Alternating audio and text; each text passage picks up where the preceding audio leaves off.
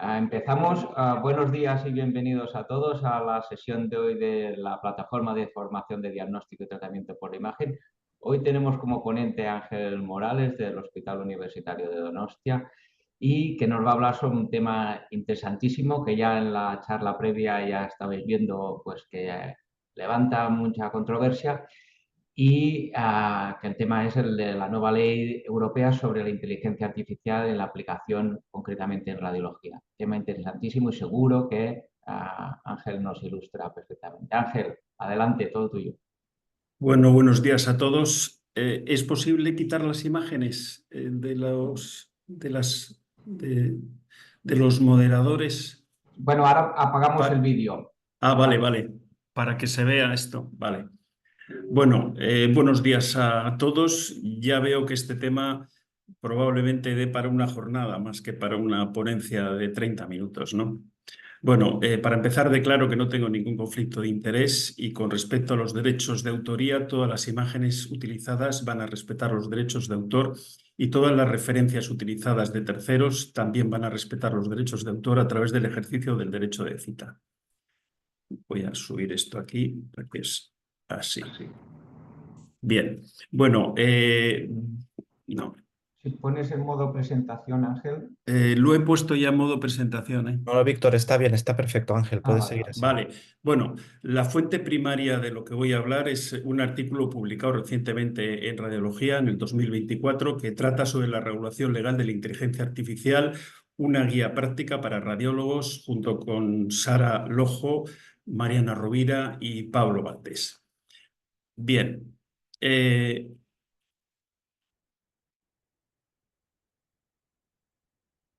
vale. Los objetivos que me he planteado son estos tres. El primero, que conozcamos de forma muy general, por supuesto, porque no somos especialistas, el marco legal de la inteligencia artificial en la Unión Europea. El segundo, analizar las claves principales de su aplicación práctica en radiología, que desde mi punto de vista son la gestión de riesgos, la supervisión del radiólogo y algunos aspectos de responsabilidad enfocados al proceso diagnóstico. Y por último, facilitar a los radiólogos, digamos, el cumplimiento de esto. El punto de partida en el que estamos es que de nuevo estamos ante una tecnología disruptiva.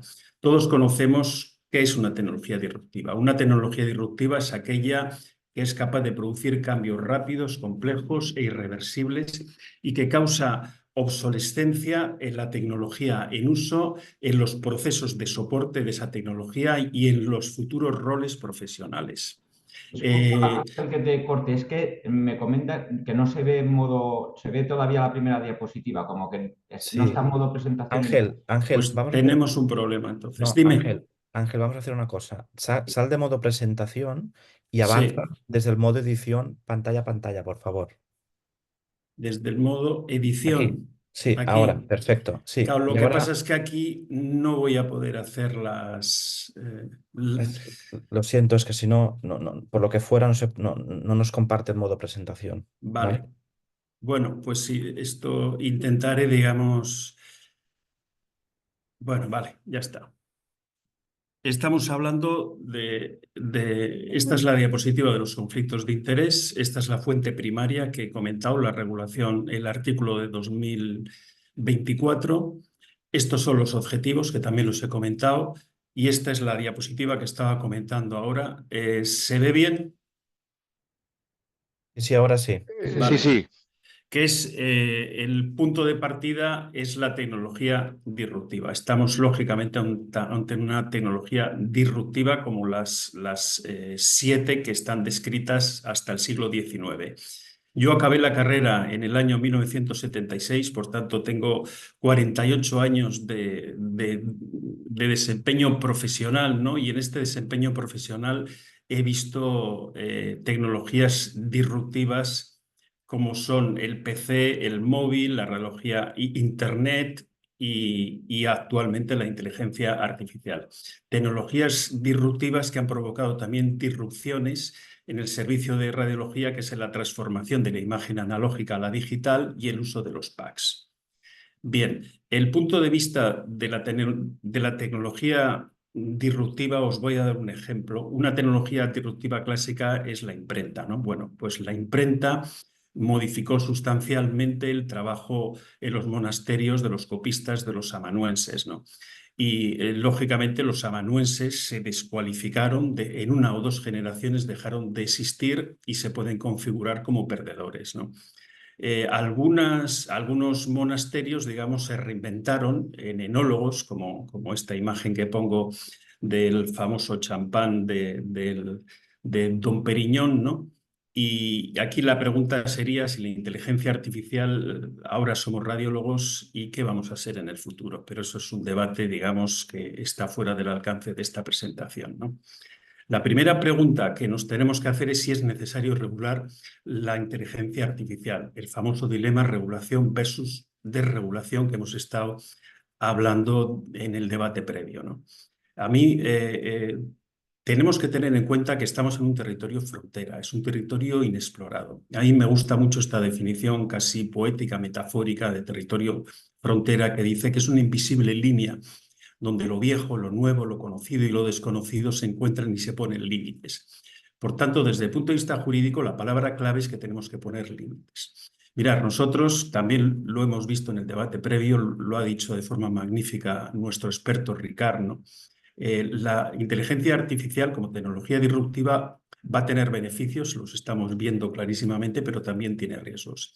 Y desde el punto de vista jurídico tiene riesgos sobre las personas, ¿no? Sobre sus derechos fundamentales, sus bienes jurídicos y también personas que tienen intereses legítimos, porque aquí hay mucho dinero por en medio y esas personas lógicamente quieren ganar dinero y tener un retorno de la inversión, ¿no? Aquí hay que tener en cuenta, esta es un esquema muy interesante que me imagino que muchos conocéis, que es sobre la adaptación al cambio en la tecnología, ¿no? Que habla de la velocidad humana. Y aquí, digamos, tenemos una serie de personas, actores, y partes interesadas en las cuales la legislación tiene que pensar, si esa legislación quiere llegar a buen puerto, tiene que pensar pensar en todas estas partes interesadas, ¿no? Mirar, la primera parte interesada son los pioneros, los exploradores, aquellos que nos descubren nuevos territorios, son los investigadores, ¿no? Son realmente personas increíbles. Si tenemos la suerte en nuestro servicio, aunque son una minoría, de tenerlos, tenemos un tesoro. Y este tesoro hay que cuidarlo de tres formas. La primera, les tenemos que dar cariño, reconocimiento, pero no solamente palmaditas en el infraespinoso, ¿no? También necesitan, digamos, apoyo económico muy importante tanto de la empresa privada y sobre todo desde mi punto de vista de la pública. Y aparte de esto, tenemos que ser muy tolerantes, bueno, más que perdonar los errores, tenemos que agradecer sus errores, porque un error de un pionero, de un investigador, es un tesoro, porque nos están mostrando un territorio inexplorado que no es fértil o que nos estamos metiendo en un error o en una vía ciega. Por tanto, desde el punto de vista de la legislación, la ley de inteligencia artificial da libertad de investigación, como no podía ser de otra forma en un Estado social y de derecho como corresponde a los Estados de la Unión, el marco europeo en el que estamos. Y el único límite que tiene es la legislación de investigación, que es una legislación que es fácil de cumplir. Esta legislación nació con el Tribunal Internacional de Nuremberg, como todos conocéis, pero no solamente castigó a unos médicos que habían cometido graves delitos contra la humanidad, sino que hizo el Código de Nuremberg. El Código de Nuremberg con una serie, con 10 principios. El primero es el consentimiento del paciente, es esencial tener en cuenta que nosotros aquí lo que estamos manejando son datos y, por supuesto, el segundo, la investigación debe ser útil para la sociedad. Bien, y después venimos los colonos. Y dentro de los colonos, aquí ya tenemos, como ha dicho Ricardo, un producto comercializable y con marcado CE.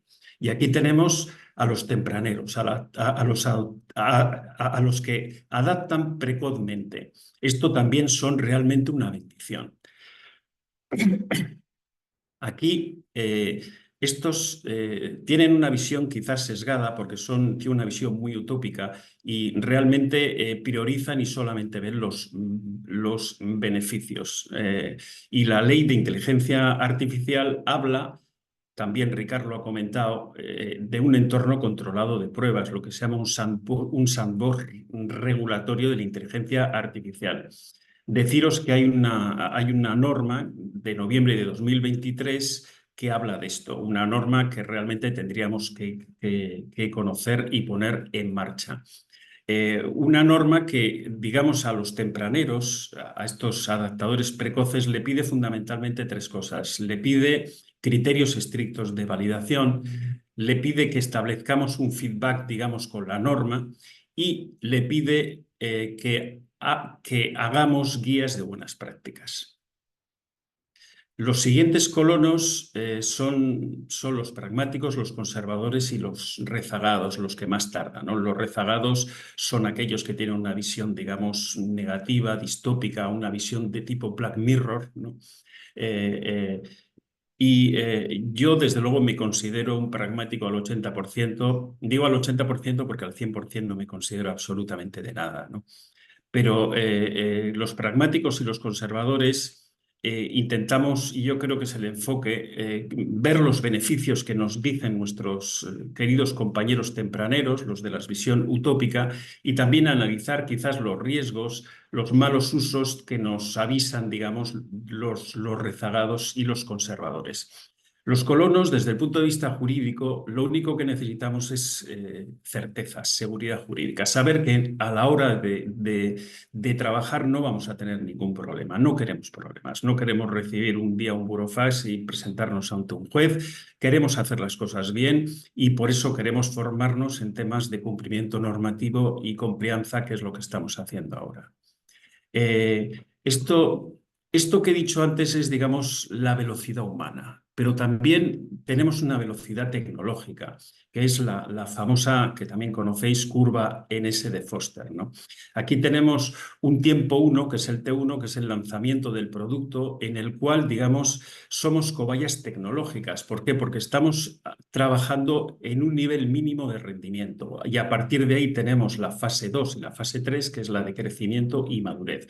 Y posteriormente pasamos ya a la fase 3, que es la fase de obsolescencia, que aquí tenemos otra tercera velocidad que lentece todo esto, que es la velocidad presupuestaria.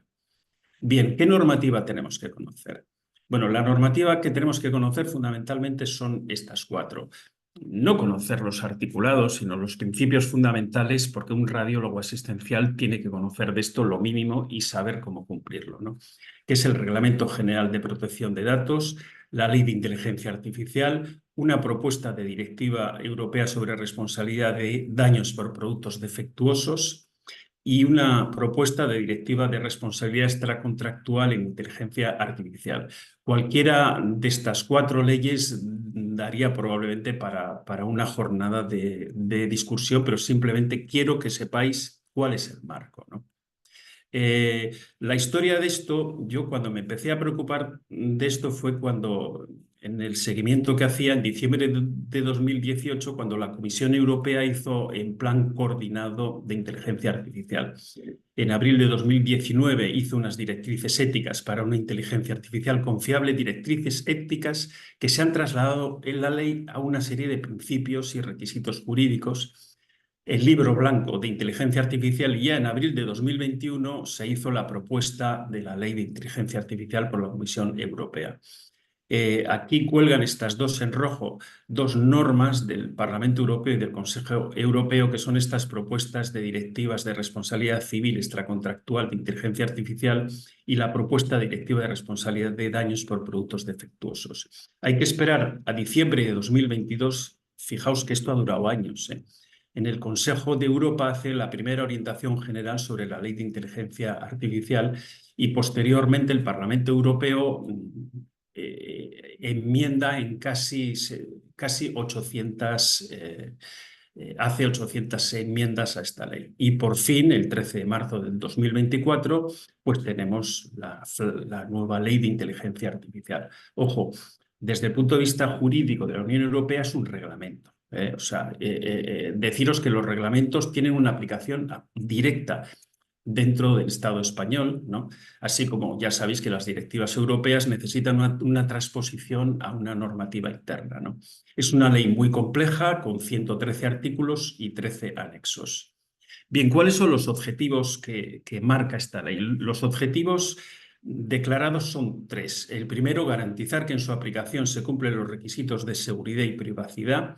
El segundo, prevenir daños y perjuicios a los usuarios finales, que en nuestro caso son nuestros pacientes.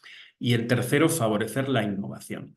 Con respecto a la definición de inteligencia artificial, que ha sido modificada varias veces, al final han trasladado prácticamente la definición de la OCDE, ¿no? Os la voy a comentar. Mirad, es un sistema basado en máquinas, diseñado para funcionar con diversos niveles de autonomía, capaz para objetivos explícitos o implícitos de generar información de salida que de menos a más potencia son predicciones, son recomendaciones o son decisiones, y que esto influya en entornos reales o virtuales. Esta diapositiva me sirve, digamos, para avanzar las tres cosas que quiero hablar después, que son el enfoque de riesgos, la supervisión del radiólogo y la responsabilidad del radiólogo. Con respecto al enfoque de riesgos, tenemos una triada legislativa que es el Reglamento General de Protección de Datos, por supuesto aquí nuestro pilar, que es la Ley de Inteligencia Artificial, y bien. Después, con respecto a la supervisión del radiólogo, supervisión humana, tenemos el Reglamento de Protección de Datos y la Ley de Inteligencia Artificial. Y con respecto a la responsabilidad del radiólogo, tenemos otra triada legislativa en el cual, aparte de la Ley de Inteligencia Artificial, tenemos que poner la Directiva de Productos Defectuosos y la Directiva de Responsabilidad Civil, las propuestas de directivas de responsabilidad civil extracontractual.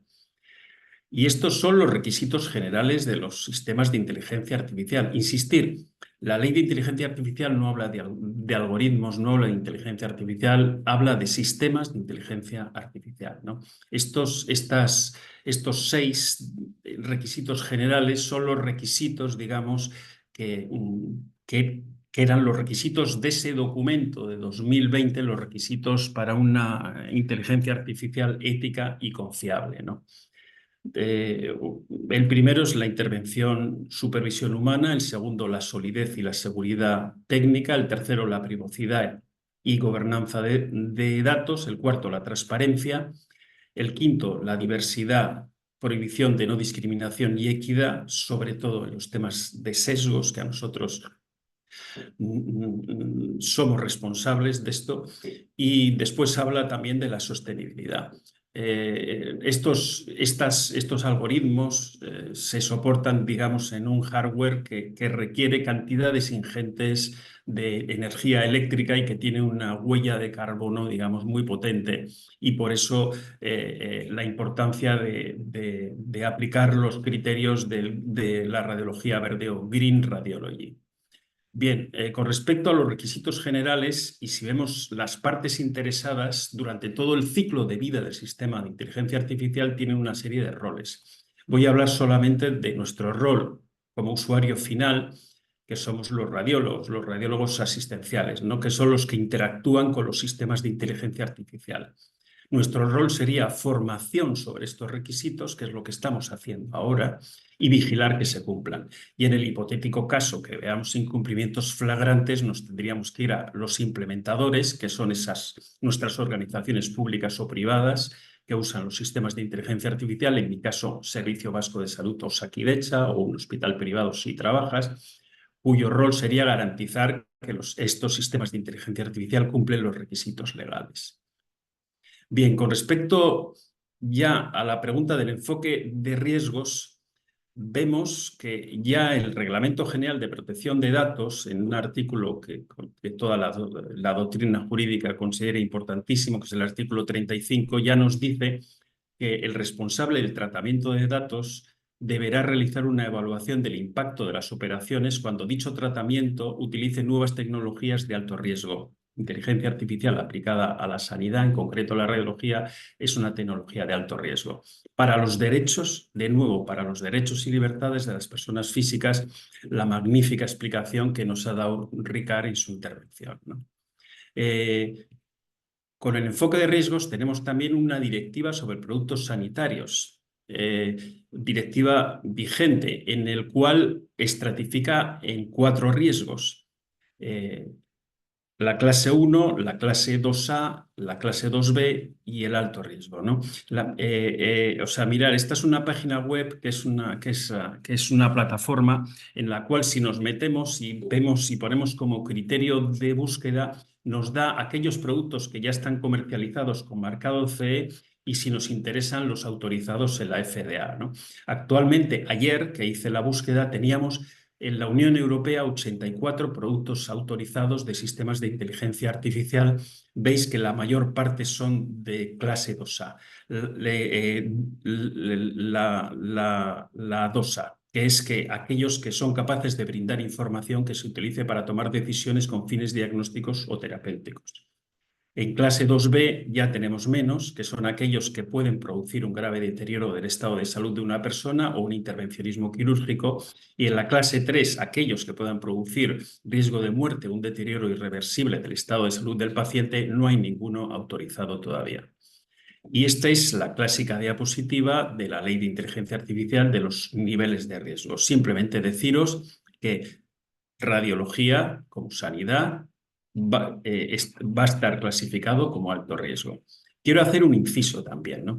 Pero ojo, alto riesgo no todos nuestros procesos. O sea, por ejemplo, aquellos procesos que tengan datos de pacientes, que van a ser casi todos, son de alto riesgo. Los procesos diagnósticos son de alto riesgo. Los procesos de generación de imágenes diagnósticas son de altos riesgos, ¿no? Otros no serán, podrán tener un riesgo limitado, ¿no? El ser clasificado de alto riesgo realmente requiere una serie de requisitos de evaluación de conformidad que darían casi para media mañana explicarlos y además con gente muy especializada, ¿no? Bien, ¿cuáles son los requisitos y obligaciones de los sistemas de alto riesgo? Son estos 7.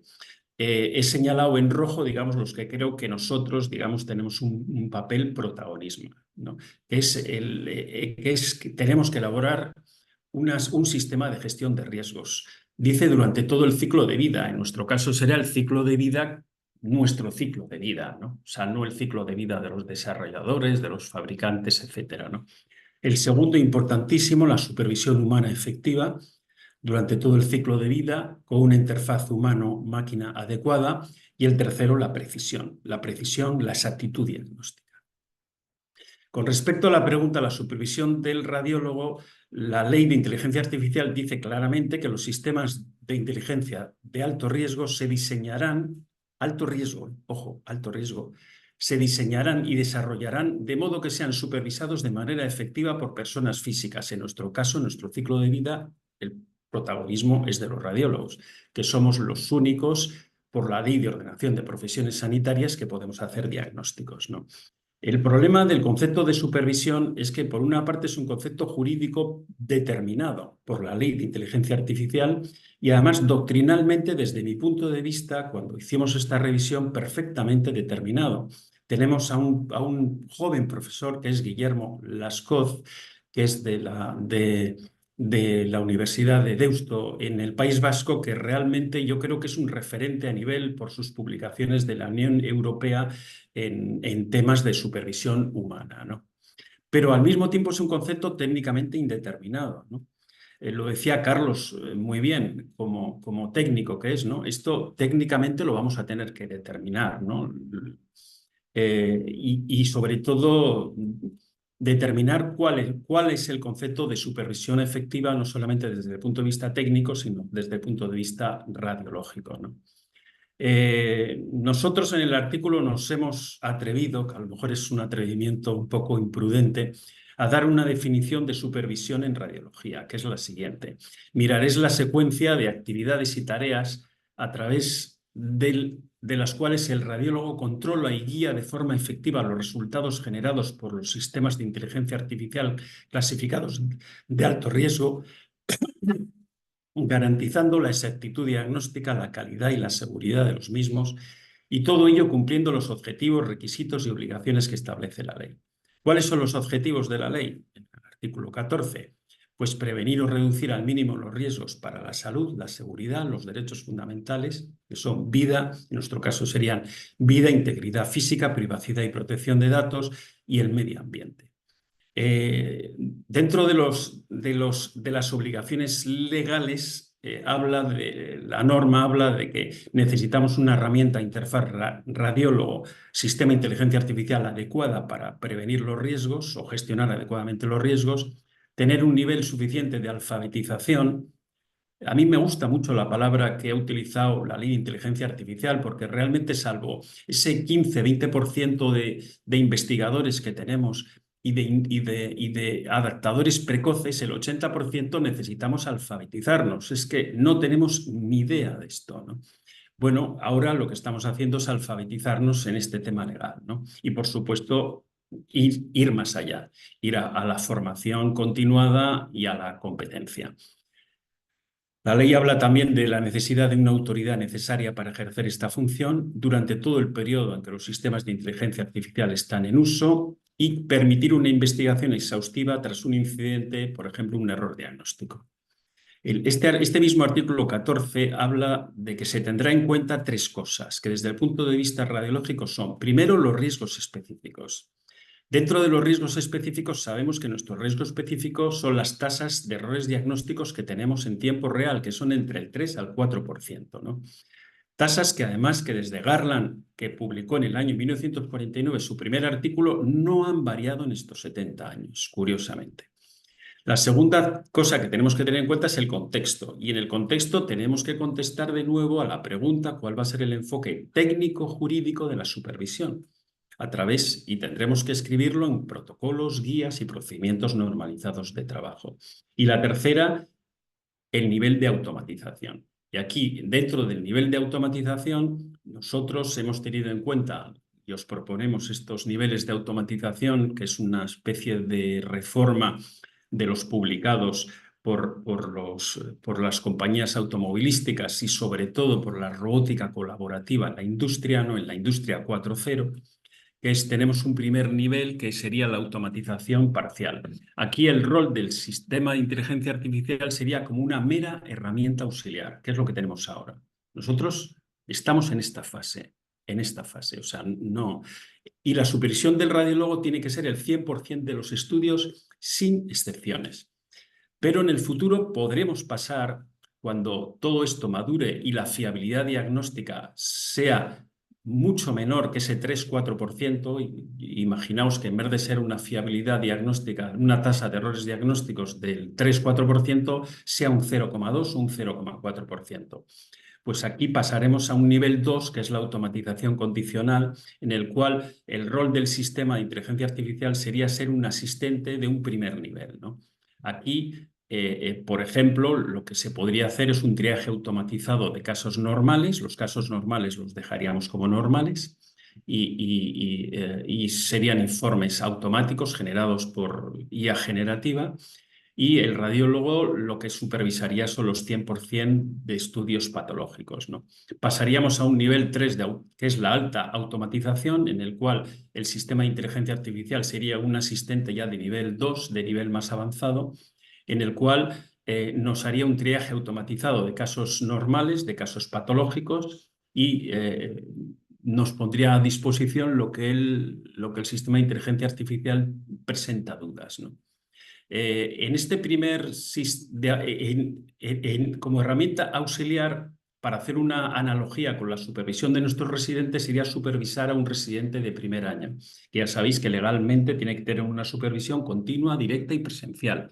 Y además puede hacer informes, pero esos informes tienen que ser visualizados y dados por buenos por sus adjuntos antes de pasarlos al sistema de información. Y ya por último tendríamos el nivel 4, la automatización total, en el cual el sistema de inteligencia artificial es autónomo, es independiente y realmente la supervisión del radiólogo no existe, ya que no hay funciones de supervisión. Esto veis que puede ser el futuro perfectamente. Las perspectivas hablan de que esto va a durar tiempo, puede durar entre 10 y 15 años, pero la foto final puede ser estos niveles 3 o estos niveles 4. La automatización siempre ha existido, siempre que hay una tecnología hay automatización. No hace falta que esta sea disruptiva, ¿no? Que es simplemente el uso de la tecnología para disminuir la intervención humana en actividades y tareas. ¿Esto qué es lo que pasa? Que provoca descualificación y puede provocar desplazamiento laboral o pérdida de empleos, ¿no? O bien reconfiguración de los roles laborales. Mirad, esta es una captura de pantalla de un informe anual de la economía vasca del 2022 sobre inteligencia y relacionado con inteligencia artificial. Estima una pérdida de 9.000 profesionales de salud en el año 2035 y además somos el número 1 de la estimación de pérdida. ¿Eso significa que nos vamos a ir a la calle? Por supuesto que no. Esto va a ser lento, 10, 15 años. Estas personas probablemente estén todas jubiladas, pero vamos a perder masa salarial según, digamos, esta perspectiva del gobierno vasco dentro de la comunidad autónoma vasca. Otro ejemplo que es la automatización y los ascensoristas, ¿no? Hasta 1950 la supervisión humana en los ascensores era obligatoria a través de una profesión que era ascensorista, ¿no? ¿Por qué? Porque se suponía que tenía muchos riesgos, ¿no? Y así hasta que se automatizaron. Y la automatización provocó mayor eficiencia, mayor seguridad, impacto en el empleo, que fue la desaparición del trabajo de ascensoristas y una reconfiguración que es lo que se llama la destrucción creativa, ¿no? Aquí hubo claramente una serie de perdedores que fueron los ascensoristas. Se calcula que en los años 1950 en España había 1.500 ascensoristas, se descualificaron, por supuesto, y una serie de ganadores. Actualmente, digamos, hay como mínimo 14.000 empleos directos, aunque pueda haber el doble por la subcontratación de técnicos de mantenimiento, ¿no? Y la industria de ascensores en España genera casi 3.500 millones de euros. Esto es la reconfiguración. ¿Qué significa? Que cualquier cambio siempre a medio plazo, 15, 20 años, 20 o más de 20 años, globalmente tiene un efecto neto positivo tanto sobre la economía y sobre el empleo. Esto es historia. Ya por último, ¿quién es el responsable? ¿Quién lo construye? ¿Quién lo vende? ¿Quién lo utiliza? El radiólogo directo, etcétera. Bueno, realmente en temas de responsabilidad tenemos ya de hace casi 4.000 años el Código de Hammurabi, que estableció un sistema de responsabilidad profesional. En este caso, al médico que cometía un error o le cortaban la mano o le quitaban un ojo. Bien, ¿quién es? En el sistema de responsabilidad profesional, el responsable, lógicamente, es el que está más cerca del enfermo, el que produce un daño al paciente, ¿no? Que es el radiólogo. Puede haber una responsabilidad vicarial, subsidiaria del jefe de servicio, del hospital, del servicio de salud. Normalmente los fabricantes y los desarrolladores no están en principio obligados a rendir cuentas, ¿no? A no ser, y si van a rendir cuentas es por responsabilidad por producto defectuoso. Y por último, los sistemas de inteligencia artificial, aunque hay unas elaboraciones doctrinales apasionantes sobre si tienen que tener personalidad jurídica o no, no tienen personalidad jurídica y probablemente no la van a tener en las próximas décadas, ¿no? Bien, esta diapositiva me hubiese gustado para que se entendiese mejor, que se moviera, pero bueno, os voy a tratar de explicar con el cursor, ¿no? Simplemente recordaros que para que haya responsabilidad necesitamos un daño, necesitamos otro requisito que es una relación causal entre el acto radiológico, en nuestro caso el informe erróneo y el daño, y necesitamos una culpa. Sin daño no hay ningún tipo de responsabilidad. Si tenemos daño y una relación causal, que a veces es muy difícil en inteligencia artificial porque son sistemas opacos, que tenemos la caja negra, tenemos los sesgos y tenemos la plasticidad, realmente es muy difícil. Por eso esta propuesta de directiva de responsabilidad civil extracontractual es muy compleja, pero bueno, el resumen es que intenta invertir la carga de la prueba, ¿no? de forma muy general, os estoy diciendo simplemente para que los radiólogos asistenciales os quedéis con esta idea, ¿no? Si tenemos un daño y una relación causal, pues tendremos una responsabilidad objetiva sin culpa. Y aquí tenemos la responsabilidad que tenemos todos los que trabajamos en la administración pública, que es la responsabilidad administrativa patrimonial, Osakidetza, el Servicio de Salud. Los radiólogos ni nos enteramos, como mucho nos pueden pedir alguna opinión, pero desde luego no aparecemos por allí, ¿no? Sin embargo, si tenemos el tercer requisito, la culpa, que sería una culpa por acción, un error cognoscitivo o una culpa por omisión, un error de percepción, ¿no? Y aquí estaríamos ante una responsabilidad subjetiva con culpa y tendríamos una responsabilidad civil. Dentro de la responsabilidad objetiva sin culpa y civil, tendríamos una responsabilidad civil por productos defectuosos, tendríamos que probar el defecto. Eso muchas veces no es nada fácil y aquí el responsable en teoría sería el fabricante, el que desarrolla el producto. Y con culpa tendríamos la civil extracontractual clásica, el radiólogo y la responsabilidad penal del radiólogo. Esto sería la conexión de los niveles de supervisión y los tipos de responsabilidad, ¿no? Si trabajamos como herramienta, que sería el escenario ideal, la interfase radiólogo-SIA, aquí está clarísimo. El nivel de supervisión estaríamos en un nivel 1 de automatización y el responsable, como siempre, sería el radiólogo. Si estamos en una interfase radiólogo-SIA con el rol de asistente, con un nivel de automatización 2 o 3, aquí tendríamos, si la supervisión es directa por parte del radiólogo, el responsable sería el radiólogo y si no, abriríamos la vía del sistema de responsabilidad por productos defectuosos. Y en el futuro, si es autónomo, independiente, o si tenemos un sistema autónomo, un nivel 4 de automatización, realmente tendríamos que ir a responsabilidad objetiva pura y dura, o en el futuro muy lejano, quizás a otorgar personalidad jurídica a estos sistemas, ¿no? Ya no estaríamos en un escenario de supervisión, estaríamos en un escenario de validación. Aunque yo no estoy convencido que este escenario, este concepto, lo podemos hablar después, sea el adecuado desde el punto de vista técnico ni jurídico, porque la validación es el laboratorio y el laboratorio lo que validan son los procedimientos y lo que validan son el resultado, y el resultado es un número, no es un diagnóstico. Y además es un número que lo tiene que poner en valor el clínico siempre. Bien, lo único que tengo claro de esto es que desde el punto de vista, si queremos maximizar los beneficios y los riesgos de la legislación, vamos a tener que tener un enfoque multidisciplinar. No solamente van a ser los radiólogos, nuestros ingenieros, científicos de datos, matemáticos, necesitamos a la industria y necesitamos bioéticos y sobre todo necesitamos juristas para poder trabajar en esta gestión de riesgos. Esta última diapositiva pongo a Juanjo Goñi, que para mí es un referente en innovación dentro del País Vasco, fue director de innovación de Ibermática, nos daba charlas en Osakidetza sobre innovación y esta es una de sus diapositivas y una de sus frases que a mí me gusta mucho. Decía que una organización que aspira a ser innovadora debe aprender a convivir con más preguntas que respuestas y, lo más importante, a disfrutar de ello.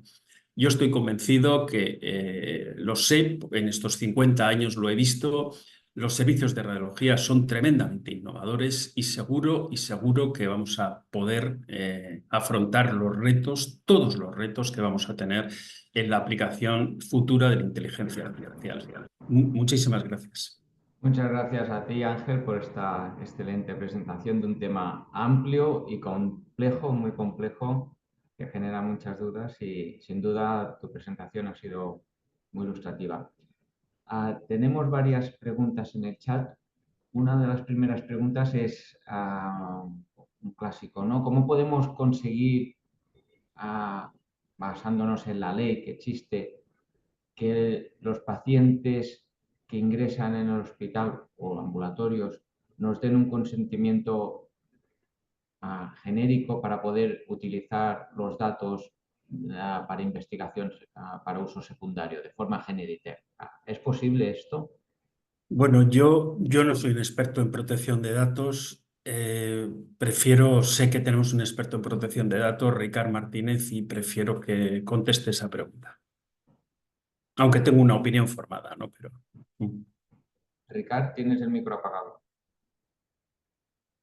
Vale. Muy bien. Pues malas noticias. Mi criterio y mi respuesta es no. Es decir, una de las precondiciones para la obtención de un consentimiento es una condición de libertad y de no asimetría. Y eso nos vale también desde el punto de vista de la ética médica. Es decir, y he enfrentado proyectos en los que esto ha sido muy complicado. Solicitar un consentimiento para el tratamiento de datos a una persona que se encuentra enferma en situación de vulnerabilidad angustiada por alguien que a su vez lleva una bata y de quien depende materialmente, eh, hace plantear muy serias dudas en relación con las condiciones de consentimiento libre. Oye, otra cuestión es que no necesariamente necesitamos obtener ese consentimiento justo en ese momento. Nosotros en el proyecto en el que yo trabajo, en el proyecto Cancer Image Europe, EUCAIM, vamos a diseñar una Data Altruism Program que va a partir de la base de establecer algún tipo de segmentación entre la solicitud del consentimiento y la manifestación del mismo, para que verdaderamente sea informado y libre. Y por otra parte, estamos cometiendo un error muy común y espero demostrarlo con ese proyecto de Data Altruism. ¿Por qué, perdón, narices, nos preocupa tanto solicitar un consentimiento al paciente en un momento muy concreto y no hemos desarrollado ni una sola estrategia de obtención continuada del consentimiento para el tratamiento de datos? Es decir, en UCAIM una de las cosas que pretendo hacer es desarrollar pilotos en los que en interacciones comunes del paciente con el sistema de salud se le cuente que existe un programa de consentimiento de data altruism, del mismo modo que se le informa de que existen organizaciones de donantes de sangre. De modo que el objetivo es, como una especie de mancha de aceite, ir fidelizando a distintos pacientes a lo largo de toda su vida para incrementar de manera, por decirlo así, orgánica, el número de consentimientos para el tratamiento de datos que tenemos. Porque si no, además, es que nuestro alcance es muy limitado. Es decir, cuando estamos hablando de IA, cuando estamos hablando de grandes volúmenes de datos, y ya no estamos en un ensayo clínico, ya no estamos con 200 pacientes. Ya no estamos en un paper con 40 casos de uso, estamos en un entorno masivo. Por tanto, hay que diseñar estratégicamente cómo se obtiene el consentimiento para hacerlo con condiciones de libertad y con un elemento muy crucial que se deriva claramente no ya de Data Governance Act o de la ley, sino del sentido común. ¿Qué hacemos para después mantener fidelizado al paciente? Es decir, ¿qué interacciones en términos de transparencia vamos a tener? Sería razonable que de vez en cuando, no cada día, pero que cada par de meses reciba un amable mensaje diciéndole gracias a sus datos hemos desarrollado este y este proyecto de investigación.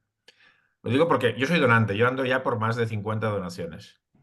Siempre recibo la misma carta que me agradece haber donado sangre y me dice todas las cosas para las que se puede usar mi sangre. Y a pesar de que ya me lo sé de memoria, siempre es muy satisfactorio y refuerza mi vinculación con el programa. Creo que hay que aprender de ese tipo de cosas.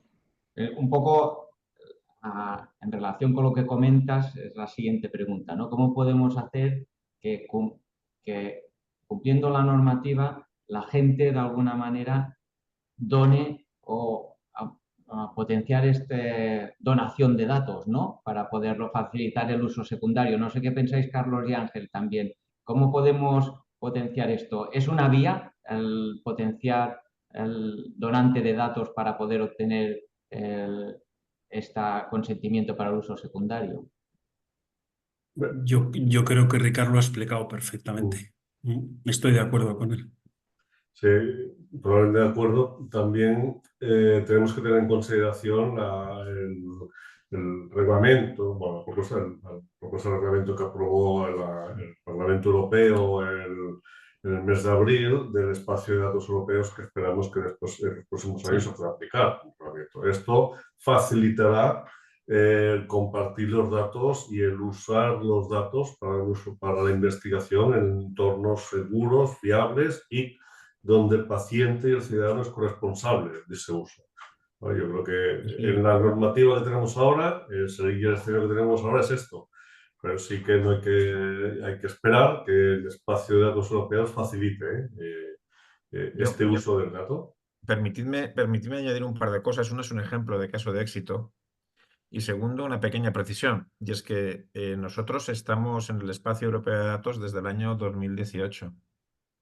Se llama Disposición Adicional 17ª de la Ley Orgánica 3/2018. Aunque con carácter más general, el marco hacia el que va Europa en España está vigente desde el año 2018. Otra cosa es que no lo hayamos sabido aprovechar.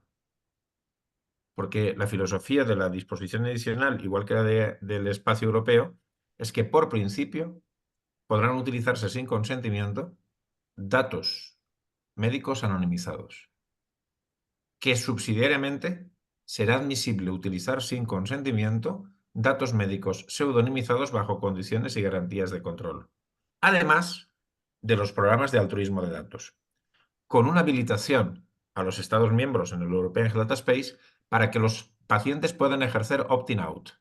Es decir, la regla es podemos usar tus datos salvo que tú digas que no. Por tanto, a quien les mejora la vida, por cierto, es a los europeos. Nosotros ya la teníamos muy bien. Lo que ocurre es que por alguna razón, no sé muy bien qué cable se les cruzó a los letrados de las comunidades autónomas y a algunos delegados de protección de datos que no se han leído la disposición adicional 17ª. Pero sí se la han leído en algunas fundaciones adscritas a la Carlos III, como el Hospital La Fe y Isla Fe, entre otras. Y el caso de éxito, por cierto, que os va a resultar interesante. La batalla más descomunal que he tenido yo con alguien para cumplir protección de datos por una cuestión de cambio cultural fue cuando hicimos la transición a la LOPD con algo muy bonito que hay en mi universidad y que yo aprecio mucho, que es un registro nacional de tumores infantiles. El equipo estaba muy preocupado porque pensaba, ostra tú, aplicando ahora la nueva norma, todo el mundo nos va a decir que no a los consentimientos. En cuanto con un buen folleto, el Registro Nacional de Tumores Infantiles explicó bien en hospitales y sobre todo a las asociaciones de pacientes la importancia que tenía tener un histórico estadístico del cáncer infantil para el despliegue de ciertos estudios, multiplicaron por 2 las fuentes de datos. Es decir, cumplir con la norma, ser transparente, explicarle al paciente lo que persigues, ser leal, no supone rechazo a tratar datos, supone todo lo contrario. Muy bien. Tenemos un comentario de David Viladés, que en su caso es especialista en imagen, pero es que es cardiólogo y que hace una reflexión. Felicita a Ángel por la excelente presentación. Y su reflexión es si deberíamos, como especialistas en imagen, sumarnos más al carro de intentar generar y desarrollar nosotros los algoritmos en lugar de esperar a que vengan de fuera y validarlos. Esto va un poco ligado con el hecho de si tenemos los datos y si tenemos la autorización de los pacientes desde el punto de vista legal también, ¿no? Y también técnicamente, no sé, Carlos, ¿cómo lo ves tú este tema? A ver, yo creo que el marco regulador actual hace complicado y complejo el desarrollo propio, ¿vale? Pero sí que es cierto que, y eso algunos de vosotros lo habéis oído escuchar, que para desarrollar modelos de inteligencia artificial principalmente se necesitan dos activos, que son los datos y el conocimiento, y tanto los datos como el conocimiento lo tenéis vosotros, ¿vale? Por lo tanto, eso alineado con el desarrollo y cumplir todas las normas de calidad, digamos que es factible desarrollar, pero dudo de la sostenibilidad del mismo, ¿vale? O sea, el desarrollar un modelo que sea sostenible y mantenible y que cumple con el marco normativo lleva un coste alto y un esfuerzo alto, y que va más allá de hacer un modelo y ver que en unas primeras iteraciones da el resultado esperado. Ángel, no sé, ¿qué opinas? No, lo mismo. No tengo nada nuevo para aportar. Hay otra pregunta también. Yo es que os quiero añadir, si me permitís, sí quiero añadir algo en esto. Sí. Mirad, en el territorio específico de los aspectos cardiovasculares, tal vez no, pero os he puesto un enlace con la iniciativa de imagen de cáncer. ¿Por qué? Porque, entre otras cosas, vamos a abrir una call para la incorporación de datasets o de casos de uso. Es decir, la infraestructura, una de las cosas que persigue es generar conjuntos de datos de calidad en los hospitales, pero también que usuarios soliciten acceso a datos para desarrollo, para hacer cosas. Y esto va a haber una cola abierta inmediatamente para New Beneficiaries. Es la parte, por cierto, en la que nosotros vamos a aprender a gestionar a largo plazo la infraestructura para estas finalidades. Pero sí que es cierto que al menos en esta área, que es la que yo conozco, están surgiendo oportunidades justo para lo que se nos preguntaba. Es decir, para la participación activa. Ahora bien, yo hay algo que no sé si coincidís vosotros desde vuestra experiencia en la gestión. A mí lo que me preocupa extraordinariamente es la poca flexibilidad del sector público, creo que en el sector privado la hay mayor, para entender que para esto necesitamos generar equipos interdisciplinares compuestos en plantilla y roles que no existen y a los que, por cierto, el sector privado paga salarios del doble o del triple de los que nosotros pagamos. Otro tema complejo este. Hay un comentario en el chat también que te felicita, Ángel, por la presentación y plantea un tema que no es menor, que es cómo piensa que puede afectar toda esta implementación en términos de salud laboral y si estamos preparados en España para aplicar la ley y la supervisión. Un poco, ¿estamos preparados para pasar de ascensoristas a técnicos de ascensores? Y si la ley lo regula, ¿no? Bueno, sí, bueno, yo creo que el mayor reto que tenemos los radiólogos asistenciales, las últimas intervenciones, fijaos que tienen un sesgo, ¿no? Porque vosotros sois fundamentalmente ese 2,5%, ese 2,5% de pioneros, ¿no? Y por eso os preocupan, digamos, los temas de investigación, los datos, el petróleo, los datos son nuestro petróleo, ¿no? Pero yo quiero enfocarme más en el resto de la curva, ¿no? Y yo creo que en el resto de esa curva el gran reto va a ser la automatización y los niveles de supervisión.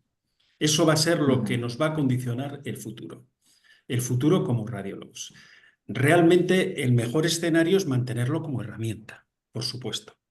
O sea, desde el punto de vista legal, desde el punto de vista de responsabilidad, queda claro que el responsable es el radiólogo, pero eso yo creo que va a durar muy poco. El otro gran reto va a ser la gestión de los riesgos, ¿eh? Pero ojo, lo mismo que en el ejemplo de los ascensores, que estuvieron 40 años los ascensoristas gestionando riesgos hasta que se dieron cuenta que en el momento que automatizaban, el riesgo era subir escaleras si eres una persona mayor o a lo mejor con las coronarias no muy buenas. Y el mayor riesgo es bajar las escaleras. El segundo accidente de gente mayor el primero es en los baños y el segundo, en el momento que nos demos cuenta que la exactitud y la precisión diagnóstica va a superar con creces a nuestra tasa de errores diagnósticos, no vamos a poder poner puertas a la automatización. Y en el momento que no pongamos puertas a la automatización, pues nos tendremos efectivamente que reinventar, ¿no? ¿Qué seremos, radiólogos o seremos un híbrido entre radiólogos e ingenieros? Nuestros residentes estudiarán durante 2 o 3 años la radiología que hemos estudiado nosotros y otros 2 o 3 años se meterán en sistemas, en elaboración de algoritmos. Bueno, más que elaboración, en control de esos algoritmos, no lo sé, pero yo veo que el futuro está por inventar, ¿no? Hay una frase que a mí me gusta mucho que dice, ¿cómo va a ser el futuro? Digo, no lo sé, la pregunta relevante es cómo queremos que sea el futuro. Y para eso tenemos que mirar hacia el pasado, pero tenemos que mirar hacia el pasado con un espejo retrovisor, sin darle la espalda al futuro. Esto es como un coche, ¿no? Por eso los parabrisas son mucho más grandes para ver el futuro, pero necesitamos saber, aprender qué es lo que ha pasado con las tecnologías disruptivas y con la automatización en los últimos 100, 200 años, para poder, digamos, hacer una buena gestión de riesgos-beneficios. Está clarísimo que los beneficios están claros y son además los que nuestros líderes asistenciales y líderes institucionales, que insisto, son ese 2,5 y ese 10% de adaptadores precoces, están viendo visiones utópicas beneficiosas. Nos están diciendo, y tienen toda la razón, vamos a mejorar. Las potencialidades que vamos a tener con los sistemas de inteligencia artificial son tremendas. Vamos a tener como prótesis cognitivas que nos ayuden, pero también tenemos que analizar esos riesgos. O sea, Sí, sí, sin duda, ¿no? Y hay ejemplos en el pasado de automatización. Lo que pasa es que ¿tú crees que la nueva ley esta europea contempla cómo tiene que ser la automatización, no con procesos mecánicos, sino con la inteligencia artificial? Y sobre todo está definidos los grados de supervisión. Tú los has explicado. Esto es eso el los gran tenemos que reto. definir nosotros. La ley lo único que dice es que tiene que haber vigilancia, supervisión humana. En todo el ciclo de vida, en todos los ciclos de vida, tanto en el que desarrollamos, en el que fabricamos, en todo el ciclo de vida. Los radiólogos estamos ahí en un ciclo de vida muy importante, que es la aplicación en el proceso diagnóstico. Y ahí es donde tenemos que definir y controlar, bueno, más que controlar, hacer control de esos sistemas de supervisión. Vete a saber si en el futuro se llamará validación, sería convertirnos más que radiólogos en especialistas de laboratorio radiológico, ¿no? O sea, aunque insisto, el concepto de validación desde el punto de vista técnico-jurídico actualmente me parece, a no ser que lo reformemos, de difícil aplicación. Verificación, es que no sé. De momento la ley de inteligencia artificial habla de vigilancia y supervisión humana en sistemas de alto riesgo. Perfecto. En esa línea estamos ya casi fuera de tiempo. Sí. Se me sabe mal si hay alguna pregunta que no se puede contestar, pero Jesús de la Torre comenta si puede haber una analogía entre la automatización en la especialidad de análisis clínicos y radiología, lo que está por venir un poco, ¿no? Yo creo que medio contestado. Estamos en ello, O sea, somos un grupo de trabajo que está intentando investigar este tema.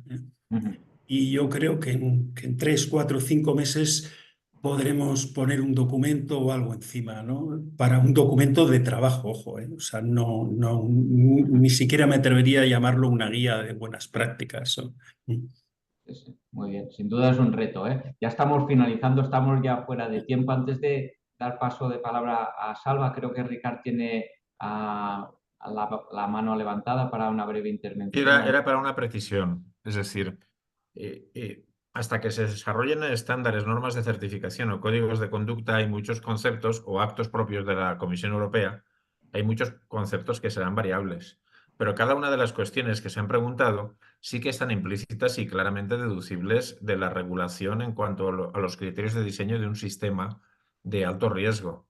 Por ejemplo, desde el punto de vista de la certeza, y la calidad de los datos, la evitación del sesgo, el enriquecimiento, su anotación o su validación, eso está en el artículo 10, que habla de gobernanza del dato y que establece condiciones muy precisas en términos de minimización, pluralidad de sujetos, diversidad geográfica y cultural, es decir, establece criterios muy claros, aunque evidentemente amplios, para tú estratégicamente garantizar una cierta calidad, no solo en el conjunto de datos, sino en el modo en el que se balancean o contrapesan por la herramienta. También se habla de un sistema de gestión de riesgos, que se proyecta, como ha dicho Ángel, en todo el ciclo de vida. Es más, uno de los artículos de modo específico establece que tienen que haber balizas, tiene que haber herramientas de trazabilidad en tiempo real funcionando dentro del sistema. Desde el punto de vista de la posición del usuario final, del radiólogo, va a cubrir un papel crucial y fundamental en los procesos de notificación y gestión de incidencias. Es decir, el usuario final tiene una enorme capacidad que es ver que algo no está yendo bien. Entonces, los modelos de gestión y notificación de incidencias que ya los técnicos revisarán es otra tarea. Y una cuestión a la que no hemos aludido. Hay un proceso de monitorización post-comercial. Es decir, la validación de tu producto no acaba con la evaluación de conformidad y la puesta en producción en el mercado. Hay un proceso continuo de monitorización, de control post-comercial de la herramienta, precisamente centrado en esa gestión de incidencias, ese mantenimiento de la vigilancia a lo largo de todo el ciclo de vida de producto. Lo que no le podemos pedir a una ley, las leyes por definición tienen un carácter general. A una ley no le podemos pedir lo que hace una norma técnica. Será la experiencia y los trabajos menores con los actos propios de la comisión o las certificaciones las que desplegarán las normas técnicas y los procesos más estratificados. Pero desde el punto de vista de la cobertura legal, está.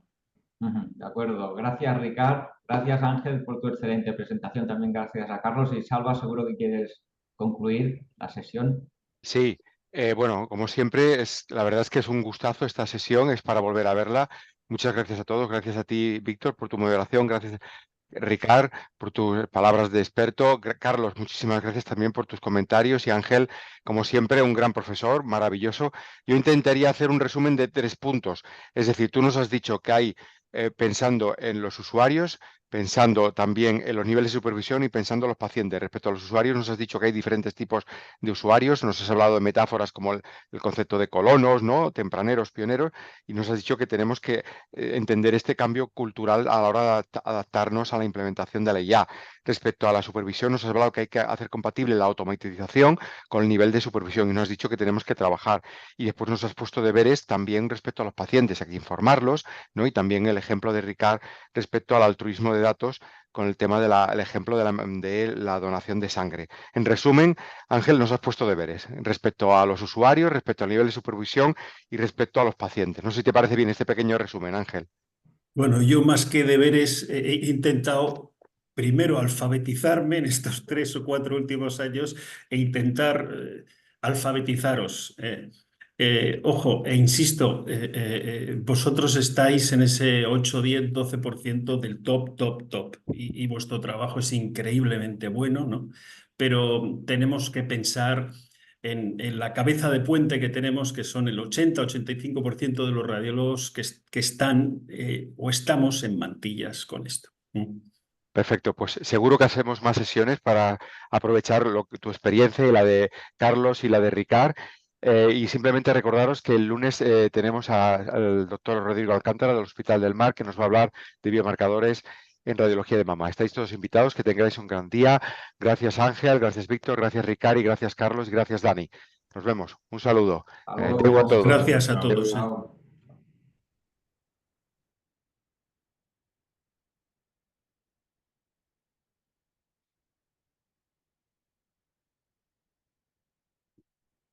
Bueno, Daniel, muchas gracias, ¿eh?